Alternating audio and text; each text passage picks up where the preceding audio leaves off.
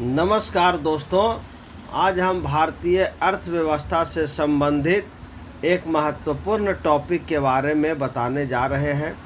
उस टॉपिक का नाम है गरीबी एवं बेरोजगारी। यह अर्थव्यवस्था से संबंधित एक महत्वपूर्ण टॉपिक है। सभी परीक्षाओं में गरीबी एवं बेरोजगारी से विभिन्न प्रकार के प्रश्न पूछे जाते हैं। गरीबी का माप करने के लिए सापेक्षिक एवं निरपेक्ष प्रतिमानों का प्रयोग किया जाता है। सापेक्ष गरीबी क्या है? सापेक्ष गरीबी अंतर्राष्ट्रीय आर्थिक असमानता अथवा क्षेत्रीय आर्थिक असमानताओं का बोध कराती है।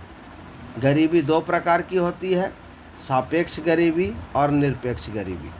निरपेक्ष गरीबी कहते हैं इसका अभिप्राय मानव की आधारभूत आवश्यकताओं जैसे भोजन, कपड़ा, स्वास्थ्य सुविधा आदि की पूर्ति हेतु पर्याप्त वस्तुओं एवं सेवाओं को जुटा पाने में असमर्थता से है। तो ये है निरपेक्ष गरीबी किसे कहते हैं। एक बार फिर से रिपीट करते हैं। सापेक्ष गरीबी अंतर्राष्ट्रीय आर्थिक असमानता अथवा क्षेत्रीय आर्थिक असमानताओं का बोध कराती है एवं निरपेक्ष गरीबी इसका अभिप्राय मानव की आधारभूत आवश्यकताओं जैसे भोजन, कपड़ा, स्वास्थ्य सुविधा आदि की पूर्ति हेतु पर्याप्त वस्तुओं एवं सेवाओं को जुटा पाने में असमर्थता से है। ये गरीबी के दो टाइप्स हैं। नेक्स्ट टॉपिक है गरीबी रेखा। गरीबी रेखा की अवधारणा मूल मानवीय आवश्यकताओं को पूरा कर पाने में असमर्थता से जुड़ी है। तेंदुलकर समिति ने अपनी रिपोर्ट में शहरी क्षेत्र में रह रहे परिवारों के संदर्भ में गरीबी रेखा को 1000 रुपये प्रति व्यक्ति प्रति माह और ग्रामीण परिवारों के लिए इसे 816 रुपये निर्धारित किया था। तेंदुलकर समिति 2005 में गठित हुई थी। इसकी रिपोर्ट 2009 में आई। इस तेंदुलकर समिति के द्वारा दो प्रकार के मानदंड अपनाए गए। इसमें शहरी क्षेत्र के गरीबी रेखा एवं ग्रामीण परिवारों के गरीबी रेखा के बारे में बताया गया। नेक्स्ट है गरीबी पर रंगराजन समिति की रिपोर्ट। रंगराजन समिति के आधार पर अखिल भारतीय स्तर पर शहरी क्षेत्र के लिए 1407 रुपये तथा ग्रामीण क्षेत्र के लिए 972 रुपये प्रति व्यक्ति मासिक उपभोग व्यय को गरीबी रेखा के रूप में निर्धारित किया गया। रंगराजन समिति 2012 में गठित हुई।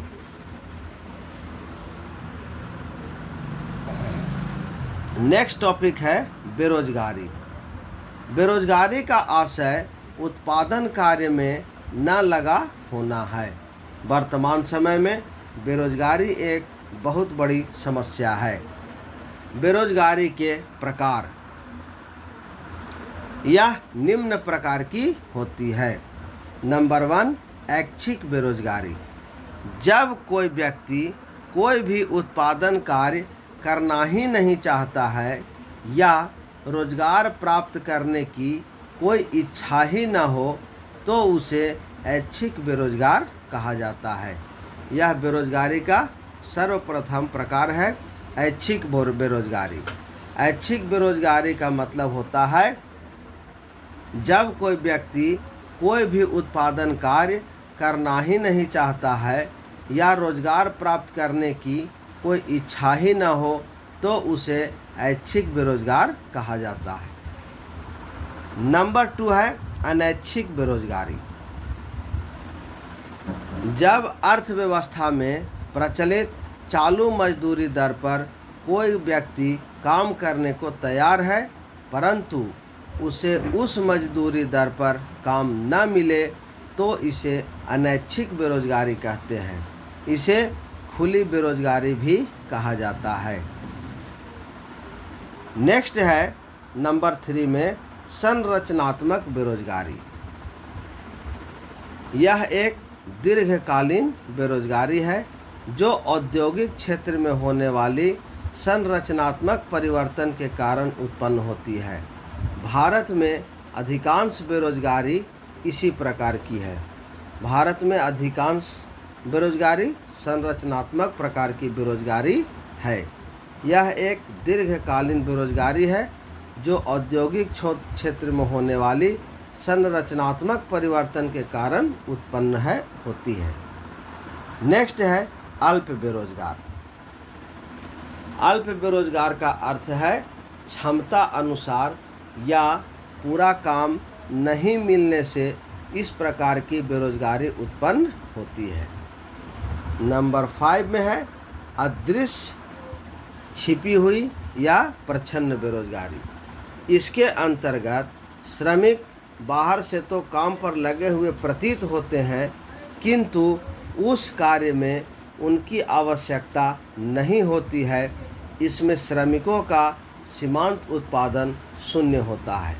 इस प्रकार के बेरोजगारी को अदृश्य या प्रच्छन्न बेरोजगारी कहा जाता है। नंबर 6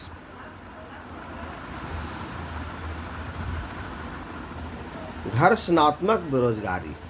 बाजार की दशाओं में परिवर्तन, मांग एवं पूर्ति की शक्तियों में परिवर्तन होने से उत्पन्न बेरोजगारी को घर्षणात्मक बेरोजगारी कहते हैं। और नेक्स्ट है नंबर 7 में मौसमी बेरोजगारी।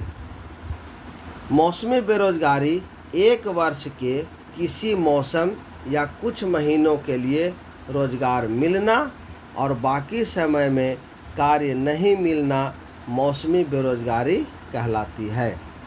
यह मौसम के अनुसार रोजगार प्राप्त होता है कुछ समय के लिए, लेकिन कुछ समय के बाद वे श्रमिक बेरोजगार हो जाते हैं। उसे हम मौसमी बेरोजगारी कहते हैं। ये सभी परीक्षा के लिए अत्यंत महत्वपूर्ण है। परीक्षा में प्रश्न के उत्तर भी गरीबी एवं बेरोजगारी पर इससे लिखे जा सकते हैं। इसे लिख करके अच्छे प्रकार से याद कर लें।